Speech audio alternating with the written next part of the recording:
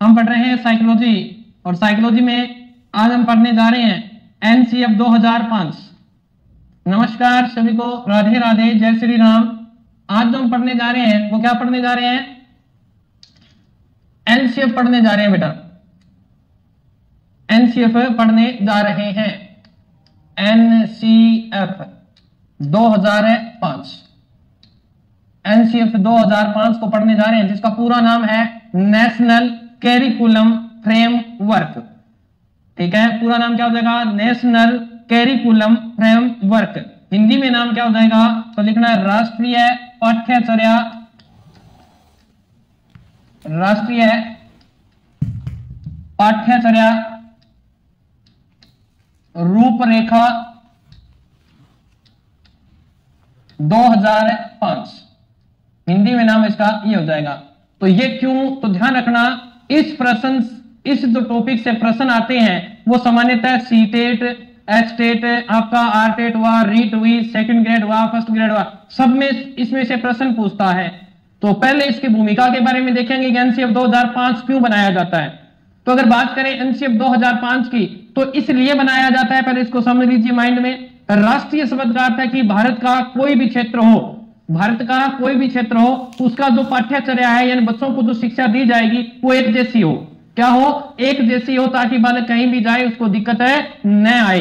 इसलिए एनसीएफ 2005 बनाए गए। आज तक कितने एनसीएफ आ गए, किसने इसकी स्थापना की, कहां से प्रभावित हुआ, इसका आधार वाक्य क्या, सब चीजों का जिक्र हम इसके अंदर करेंगे। हो जाएगी सभी को आशीर्वाद, राधे राधे। बिल्कुल बेटा। तो सबसे पहले जो प्रश्न मेरे हिसाब से बनेगा वो ये बनेगा कि एनसीएफ 2005 जब बनाया गया तो सबसे पहले किससे प्रभावित हुआ, या अगर बात करें कि एनसीएफ 2005 किसी से तो प्रेरित हुआ होगा, तो ध्यान रखना है कि रविंद्रनाथ टैगोर का एक निबंध आता है सभ्यता और प्रगति, उसको पढ़ा, उसी के आधार पर दो बातें उसमें बताई गई, वो एनसीएफ 2005 में अपनाने का प्रयास किया गया। तो मुख्य बात क्या होगी, फिर कौन सा लेख है जो प्रश्न सबसे पहले प्रश्न बनता है आपका, यहीं से प्रश्न है बनता है कि आया कहां से, किसके माइंड में कहां से विचार आया होगा। तो सबसे पहले आपका प्रश्न यहीं से बनेगा। ओके, राम राम बेटा, राम राम। चलिए, तो आपने लिखना है एनसीएफ 2005 का प्रारंभ। आप जब पढ़ोगे ना एनसीएफ 2005, उसका पहला ही प्रश्न पढ़ोगे तो उस पर स्पष्ट लिखा हुआ है ये एनसीएफ 2005 का प्रारंभ रविंद्रनाथ टैगोर। ये प्रश्न बहुत बार पेपरों में पूछा जाता है। रविंद्रनाथ टैगोर के निबंध, ध्यान रखना 180 या 85, शायद 185 है कि इतने पन्नों का एनसीएफ 2005। मेन बातें आपको यहां करवा दी जाएंगी। तो एनसीएफ 2005 का प्रारंभ रविंद्रनाथ टैगोर के निबंध सभ्यता और प्रगति, सभ्यता और प्रगति से होता है।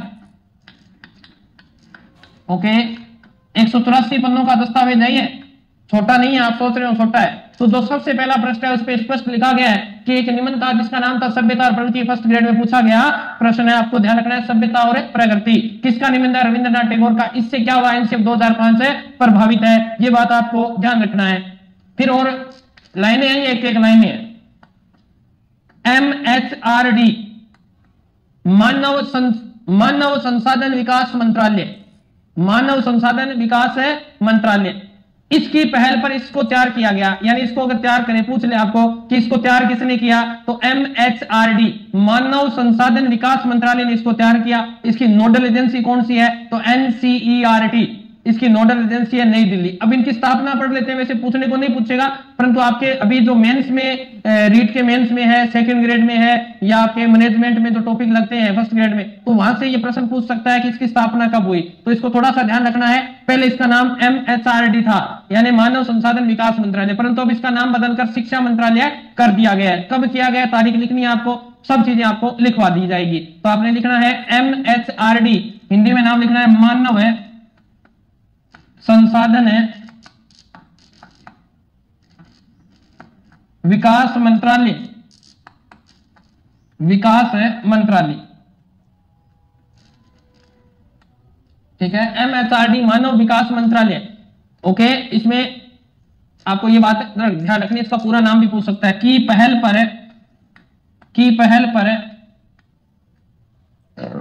पहल पर एनसीएफ 2005 को तैयार किया गया, छोटे छोटे प्रश्न है ये, तैयार किया गया है। तो ध्यान रखना किसकी पहल पर तैयार किया गया है, MHRD। ओके, अभी करवा देंगे बेटा, टेंशन क्यों ले रहे हो तुम्हें, अभी करवा दिया जाएगा। जस्ट देखो, अभी इसके नीचे लिखवा देता हूं आपको कि इसकी स्थापना कब हुई थी, तो अब देखो अभी लिखवा देते हैं। तो MHRD की स्थापना आपने लिखनी है, MHRD की स्थापना कब हुई थी, 25 सितंबर, ठीक है, 25 सितंबर 1985, याद लिख लेना 1985।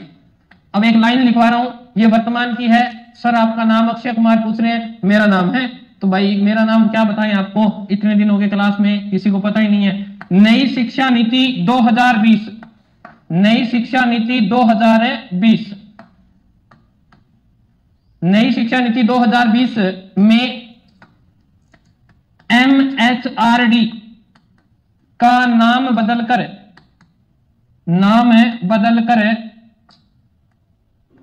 क्या नाम कर दिया बेटा, शिक्षा मंत्रालय, लिख लेना शिक्षा मंत्रालय,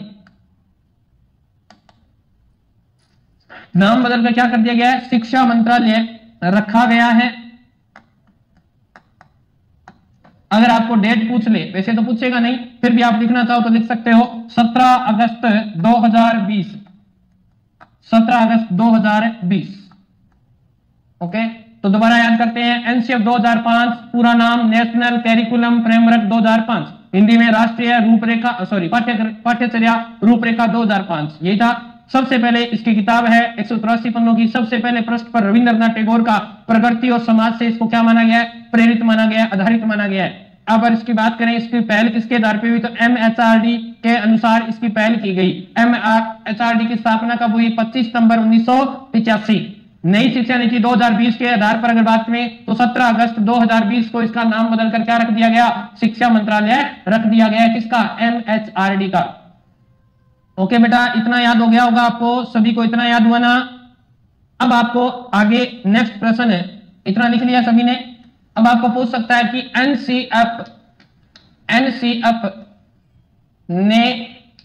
ने अपनी समझ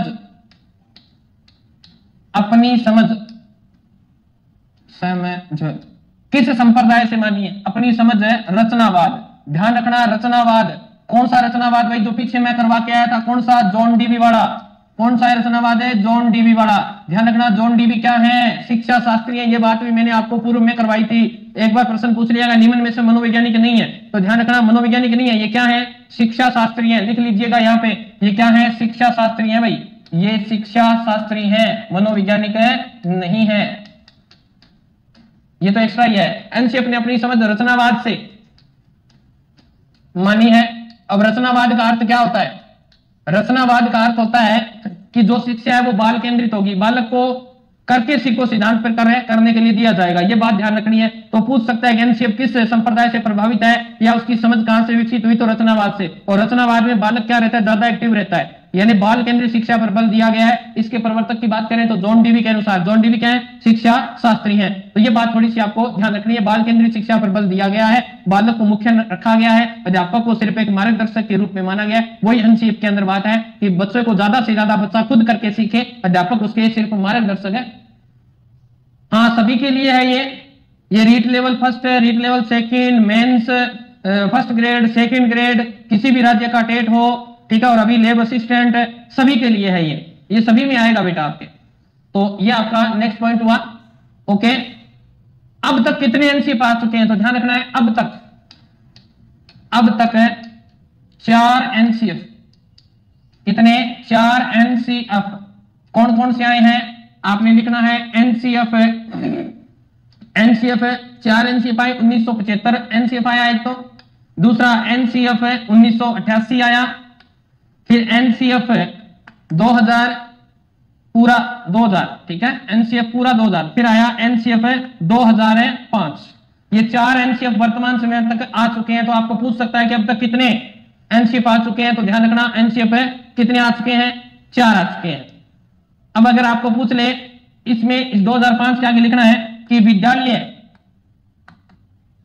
विद्यालय शिक्षा का, यह प्रश्न पेपर में पूछा गया प्रश्न है, विद्यालय शिक्षा का नवीनतम दस्तावेज नवीनतम दस्तावेज, दस्तावेज कौन सा है? तो एनसीएफ 2005 है बेटा, दस्तावेज है, यानी विद्यालय शिक्षा के अंदर है। नवीनतम दस्तावेज की बात करें तो कौन सा है? 2005। याद करना है इसको, 1975, 1988, 2000, 2005, ये 4 एनसीएफ वर्तमान समय तक है आ चुके हैं। विद्यालय शिक्षा का नवीनतम दस्तावेज कौन सा है? तो ध्यान रखना एनसीएफ 2005 है। बिल्कुल सरोज, आपने राइट आंसर दिए बेटा, बिल्कुल राइट आंसर। ये चीजें आपने लिख ली होगी, नोट कर लिया आप सभी ने, लिख लिया सभी ने? चलिए, इस चीज को अगर आपने लिख लिया है तो बहुत बढ़िया बात है। इसके बाद में अपन करते हैं।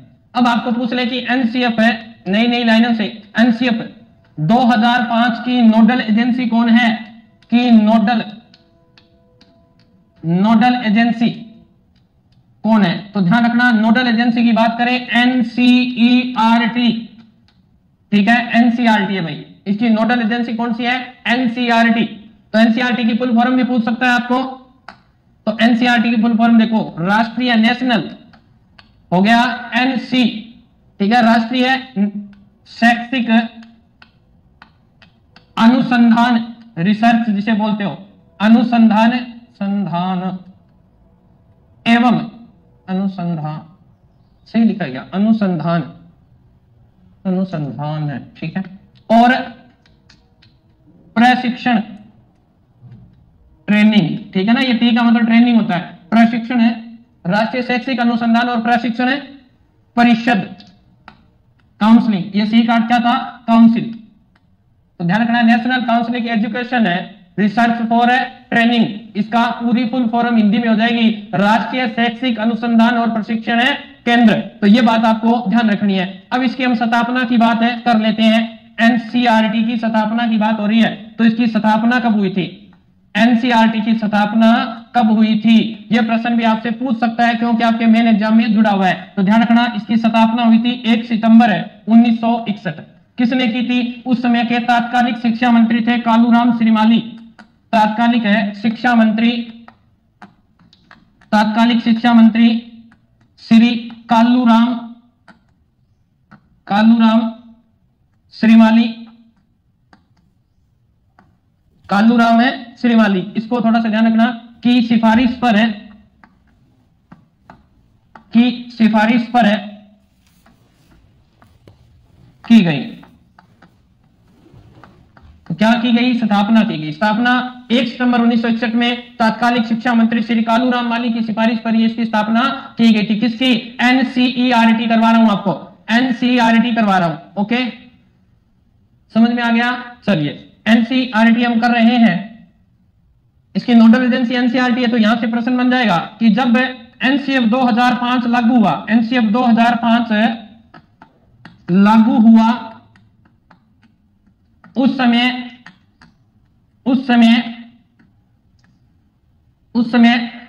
एनसीईआरटी के निदेशक कौन थे? तो यह प्रश्न आपका बन जाएगा। तो अपन इस प्रश्न को लिख लेते हैं कि निदेशक है कृष्ण कुमार, डॉक्टर कृष्ण कुमार थे भाई। कौन थे? कृष्ण कुमार थे। जब एनसीएफ 2005 लागू हुआ उस समय एनसीईआरटी के निदेशक कौन थे? कृष्ण कुमार थे। लिख लिया होगा आपने, ये सही नहीं लिखा क्या? चलिए हम मिटो के दोबारा लिख देंगे बेटा, ये लो कृष्ण, ये ठीक है, कृष्ण कुमार थे। लिख लिया सभी ने? कौन थे डॉक्टर? निदेशक कौन थे, यानी डायरेक्टर कौन थे? वर्तमान में कौन है? वर्तमान में कौन है? तो यहां आपने लिख लेना, हो सकता है करंट का प्रश्न पूछ ले। वर्तमान में है दिनेश प्रसाद, ठीक है, कौन है वर्तमान में? दिनेश प्रसाद।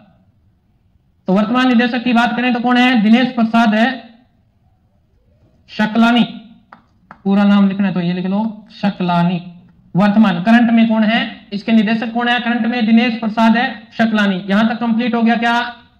एक लाइन लिखवा रहा हूं जो अभी पेपर में, पिछले पेपर में देखने को मिली, क्या कि आपको यह प्रश्न पूछा था दुर्ग्राह्य, ये पूछा था ना, दुर्ग्राह्य त्रिकोण किसने कहा है? ठीक है, यह प्रश्न देखने को मिला था। तो इस प्रश्न को हम पूरा का पूरा लिख लेंगे, फिर कहां दिक्कत आएगी? कहीं नहीं आएगी। गुरुजी लिखवा दीजिए। तो लिखो भाई इसके नीचे, जेपी नायक, किसने? जेपी नायक। इसको लिखना है, इसका ये पूछा था कि दुर्ग्राह्य त्रिकोण किसने कहा है, तो इसका उत्तर था जेपी नायक। तो आपने लिखना है जेपी नायक ने 1978 में प्रकाशित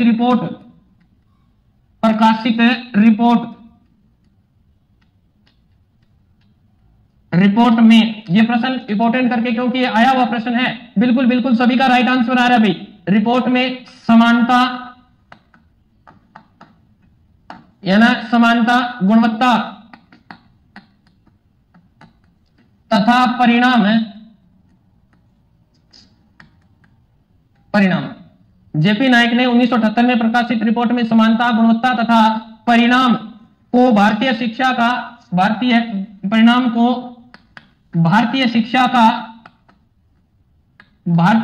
का दुर्गम दुराग्रह, यही था ना? अच्छा ये भूल गए, तो इसमें लगाना भूल गए भाई, लगाना भूल गए, दुराग्रह, ठीक है। दुराग्रह त्रिकोण कहा है, तीन चीजें इन्होंने बताई हैं। इसमें कौन कौन सी बताई बेटा? समता, गुणवत्ता और परिणाम, तीन चीजों को इन्होंने, बिल्कुल जेपी नाइक था इसका राइट आंसर। तो ये भी इंपॉर्टेंट कर लीजिएगा, पेपर में पूछने योग्य प्रश्न है। हो सकता है रिपीट कर दे, परिभाषा को दे दे, परिभाषा देके पूछ ले आपको। हो सकता है जेपी नाइक अनुसार पूछ के कहते दुर्गाएं में कौन शामिल नहीं है, तो ध्यान रखना है क्या क्या है। ये देखो, यानी समानता है, गुणवत्ता है और परिणाम है। तो कैसे याद करेंगे आप इसको? याद कर लेना इसको। हाँ जी, हाँ लिख लिया सर, ठीक है बेटा लिख लिया, तो नेक्स्ट चलते हैं, फिर लिख लिया तो आपने, ओके चलिए। अब आपको पूछेगा कि एनसीएफ 2005 को आधार किसने प्रदान किया है? एनसीएफ 2005 को आधार प्रदान करने वाली संस्था।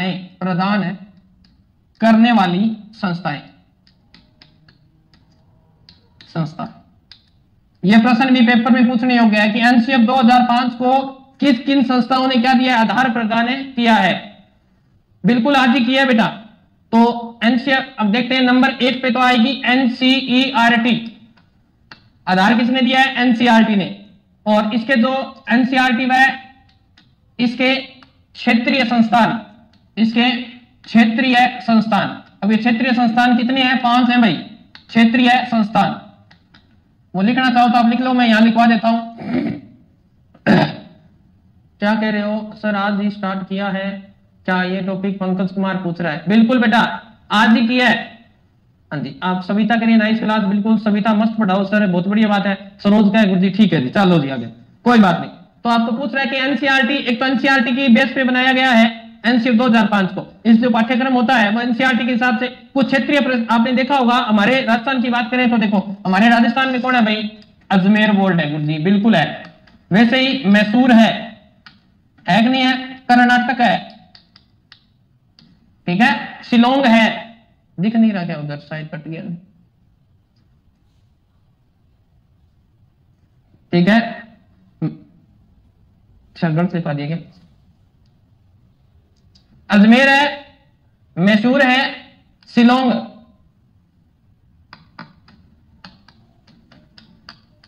है, भोपाल है और भुवनेश्वर है।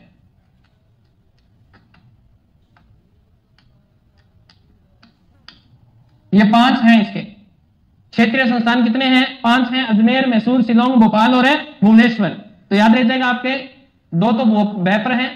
तो एनसीईआरटी अगर आधार प्रदान करती है एनसीएफ 2005 को, तो एक तो एनसीईआरटी करते हैं और एक क्षेत्रीय संस्थान है। किताबें राजस्थान में कहां से प्रकाशित होती हैं? बोर्ड कौन सा है? अजमेर बोर्ड है गुरु जी, बिल्कुल ओके। चलिए 2 नंबर की बात करें, 2 नंबर, एक तो आपका ये आ गया। 2 नंबर की बात करें, एक आएगी आपकी राष्ट्रीय शिक्षा नीति। राष्ट्रीय शिक्षा नीति कौन सी? राष्ट्रीय शिक्षा नीति 1986, राष्ट्रीय शिक्षा नीति 1986। अब इसका भी इंपॉर्टेंट चीजें लिखनी है आपको। इसमें पीएम कौन थे भाई? इसके समय पीएम थे राजीव गांधी, ठीक है। और जो बजट आया था, जो बजट प्रकाशित हुआ था, तो बजट में शिक्षा पर 6%, शिक्षा पर 6% व्यय, ठीक है। ये दोनों चीजें याद रखनी है। पीएम कौन थे? राजीव गांधी थे इस समय। जब राष्ट्रीय शिक्षा नीति 1986 आई, उसमें पीएम राजीव गांधी बजट में शिक्षा पर कितना व्यय हुआ था? 6% व्यय हुआ था। ओके, तीसरा लिखना है आपने नंबर 3, पुनः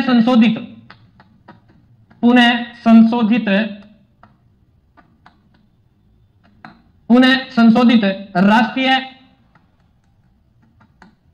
शिक्षा नीति 6 साल बाद में आई थी शिक्षा नीति, और 6 साल का मतलब हो गया 1992। तो यहां भी आपको पीएम याद रखना है। कौन थे पीएम? नरसिम्हा राव थे। कौन थे बेटा? पीएम है नरसिम्हा राव थे, नरसिम्हा राव थे। थोड़ा सा याद रख लेना इसको, हो सकता है पेपर में एग्जामिनर आपको पूछ ले। चौथा,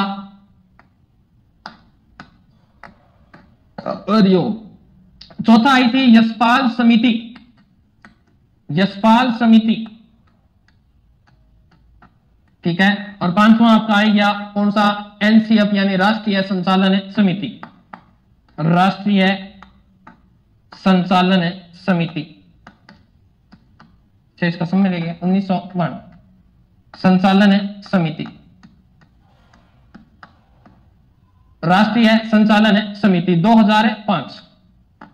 यह आपको ध्यान रखना है कि एनसीएफ 2005 को आधार कौन कौन प्रदान करता है। तो एक नंबर पे एनसीईआरटी और उसके क्षेत्रीय संस्थान जितने भी हैं, अजमेर, मैसूर, ये बताया था आपको, शिलोंग, भोपाल और भुवनेश्वर, वो भी इनका भी योगदान है। फिर 2 नंबर की बात करें तो राष्ट्रीय शिक्षा नीति 1986 पुनः संशोधित 1992। फिर उसके बाद की बात करें यशपाल समिति, और उसके बाद की बात करें तो राष्ट्रीय संचालन समिति 2005।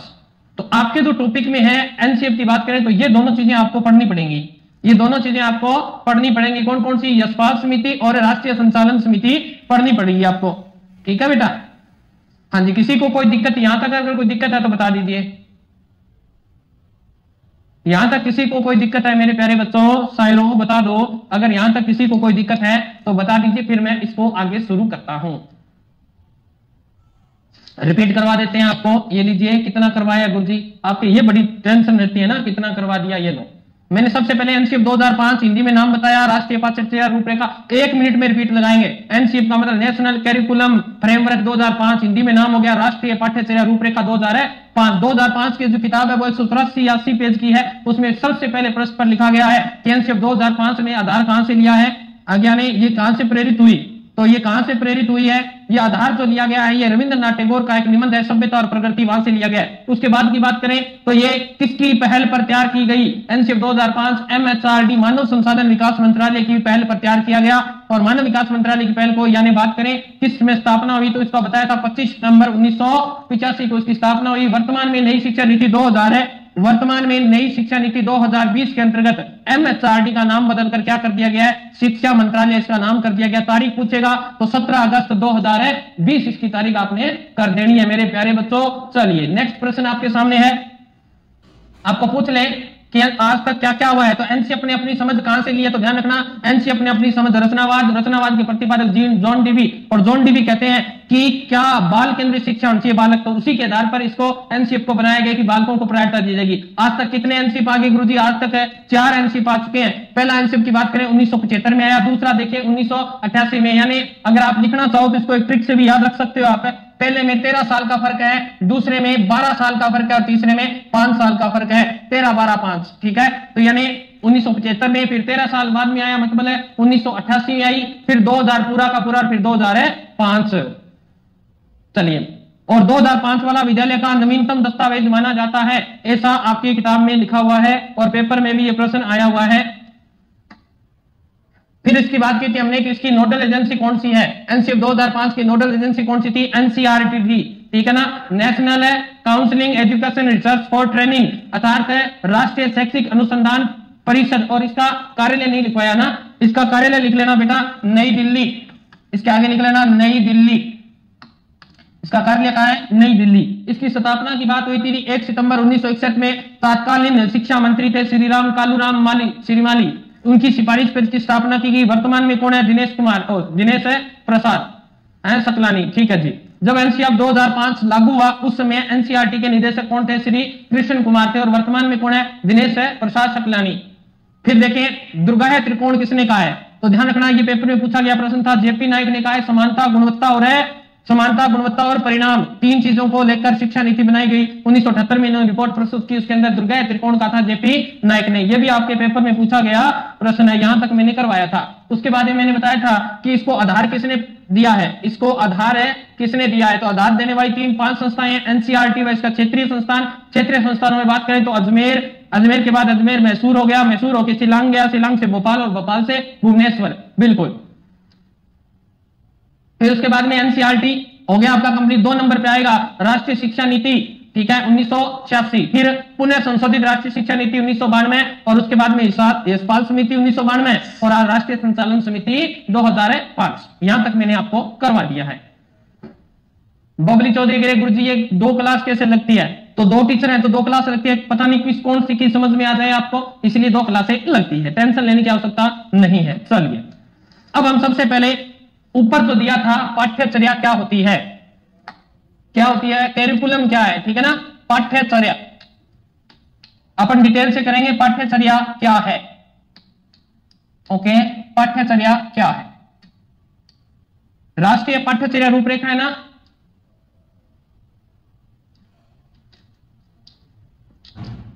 पाठ्यचर्या क्या है समझ में आया। पाठ्य कैरिकुलम, जिस प्रकार शिक्षा के क्षेत्र में आपकी जो किताब है, किताब के अंदर जो पाठ बताए गए हैं, उन पाठों में बालक अपने आप उन पाठों को करे, ये क्या है पाठ्यचर्या। जिस प्रकार खेल का जो मैदान होता है ना, उसे पाठ्यचर्या का रूप दिया जा सकता है, क्योंकि जो ग्राउंड होता है ना खिलाड़ी के लिए, वो पाठ्यचर्या उसकी डेली उसके अंदर वो भागता है, अपनी मेहनत करता है और रिजल्ट आता है। उसी प्रकार शिक्षा के क्षेत्र में इसे क्या बोलते हैं, खेल का मैदान या खेल दौड़ का मैदान। पाठ्यचर्या कैरिकुलम का शाब्दिक अर्थ है खेल का मैदान, खेल का मैदान। हर टीचर का अलग मेथड होता है बेटा पढ़ाने का, ठीक है। आपको लिखना है कैरिकुलम का शाब्दिक अर्थ है खेल का मैदान, सॉरी दौड़ का मैदान, मैंने खेल लिख दिया गया, दौड़ का मैदान। आप बात लगा लेते हो, मैं भूल जाता हूं। तो कैरिकुलम शब्द का शाब्दिक अर्थ क्या है, दौड़ का मैदान। तो इसमें आपने लिखना है शिक्षा के क्षेत्र में, शिक्षा के क्षेत्र में पाठ्यक्रम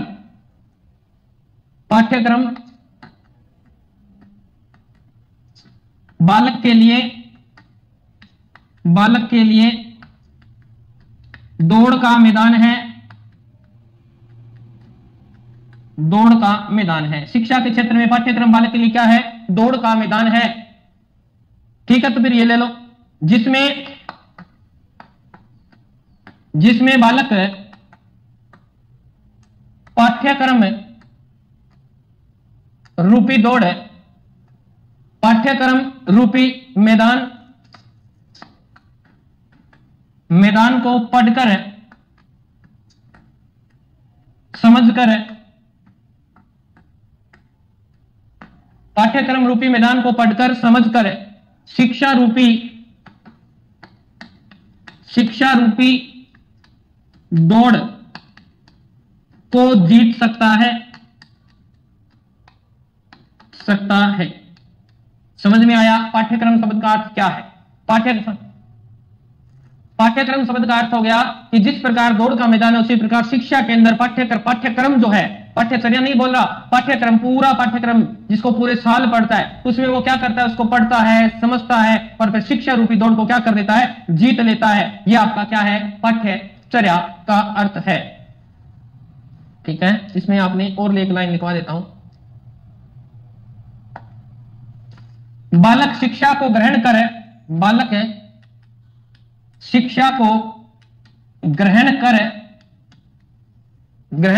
व्यवहार में लाता है, सब चीजें करेंगे, कोई चीज नहीं छोड़ेंगे, ठीक है, कोई दिक्कत नहीं है। ये चीज आपने लिख ली होगी। नेक्स्ट, उसके बाद की बात करें, आपका आएगा माध्यमिक शिक्षा बोर्ड। माध्यमिक शिक्षा बोर्ड कहां है आपका, अजमेर आ गया, 1953। माध्यमिक शिक्षा बोर्ड 1953 के अनुसार आपने लिखना है कि वो क्या बताता है पाठ्यचर्या के बारे में, ठीक है।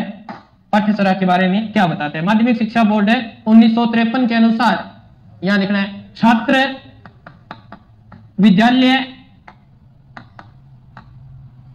ठीक है, छात्र विद्यालय कक्षा प्रयोगशाला पुस्तकालय, ये माध्यमिक शिक्षा बोर्ड की डेफिनेशन है, ठीक है ना। छात्र विद्यालय, कक्षा, प्रयोगशाला, पुस्तकालय। विद्यालय में क्या क्या चीजें होती हैं? और पुस्तकालय, खेल का मैदान, खेल मैदान, वह शिक्षक, टीचर, ठीक है।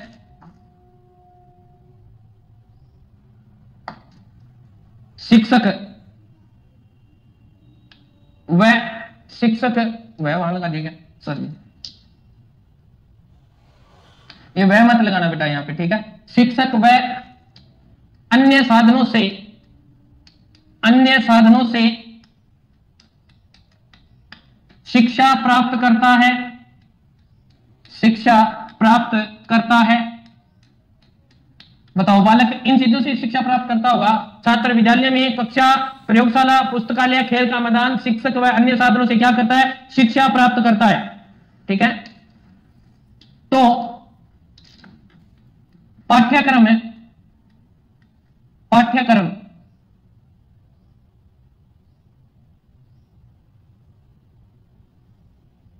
तो पाठ्यक्रम है, तो पाठ्यक्रम बालक की रुचि के अनुसार, बालक की रुचि, तो पाठ्यक्रम बालक की रुचि के आधार पर बनना चाहिए, बनाना चाहिए, ठीक है। तो वही क्या कहलाएगा? पाठ्यक्रम में कहलाएगा। माध्यमिक शिक्षा बोर्ड अजमेर का यह कथन है। अब ध्यान रखना, मैं एक डायग्राम बना देता हूं, आप वैसे ही बनाना। यहां एक शिक्षक बैठा है, ठीक है, और यहां एक छात्र बैठा है। इन दोनों को आपस में कौन जोड़ेगा? इन दोनों को आपस में जोड़ने की कड़ी कौन है? ध्यान रखना, ये आपका है पाठ्यक्रम। तो प्रश्न पूछ सकता है कि छात्र और शिक्षक को, दोनों को कौन जोड़ता है? तो पाठ्यक्रम जो होता है वो छात्र और शिक्षक दोनों को जोड़ता है। तो आप लाइन लिख लीजिएगा कि पाठ्यक्रम शिक्षक व छात्र, पाठ्यक्रम शिक्षक व छात्र दोनों को आपस में जोड़ता है। ये लाइन आप लिख लीजिएगा। या शिक्षक व छात्र दोनों को जोड़ने का काम कौन करता है? पाठ्यक्रम में करता है।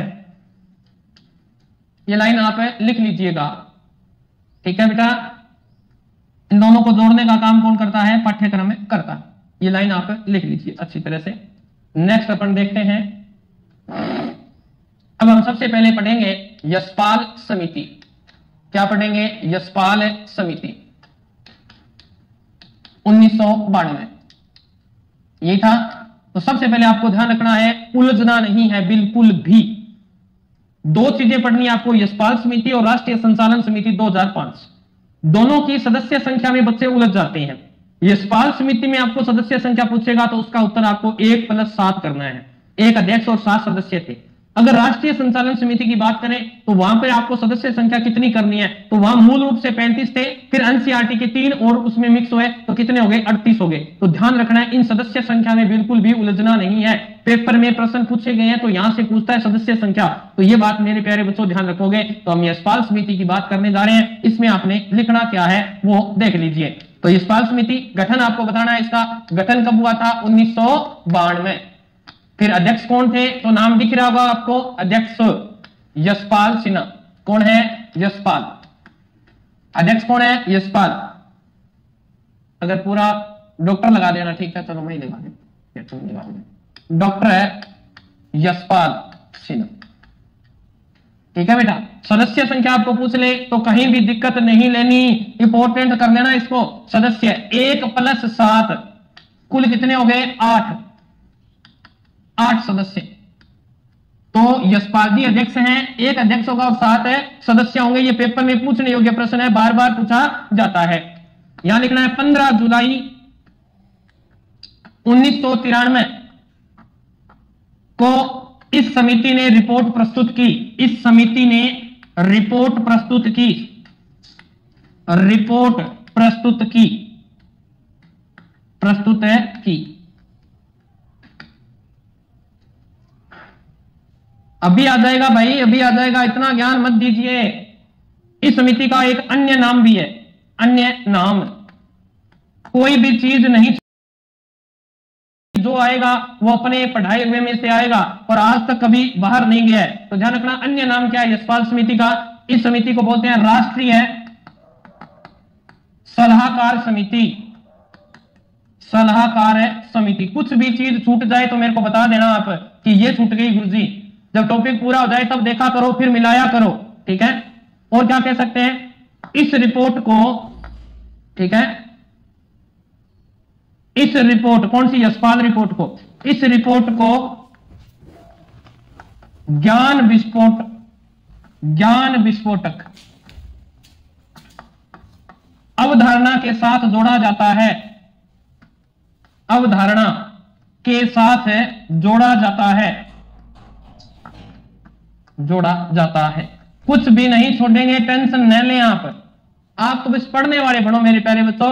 यानी इस रिपोर्ट को, किस रिपोर्ट को, यशपाल समिति की जो रिपोर्ट 15 जुलाई 1993 को प्रस्तुत की थी, इस रिपोर्ट को ज्ञान विस्फोटक अवधारणा कहा था कि इसमें तो बालक अपने आप सीखेगा तो ज्ञान का क्या होगा, तो बहुत बड़ा विस्फोट होगा और बालक के माइंड में वो चीज क्या रह जाएगी, स्थायी रह जाएगी। तो ध्यान रखना, यह आपका प्रश्न पूछने योग्य है और पूछा शायद जा चुका हो। ओके, अब आपको यहां लिखना है यशपाल समिति का आदर्श वाक्य। यशपाल समिति का आदर्श वाक्य, समिति का आदर्श वाक्य क्या है? तो आदर्श वाक्य है, शिक्षा बिना बोझ के, शिक्षा बिना बोझ के, टू लर्निंग विदाउट बर्डन, बिना बोझ के, ठीक है।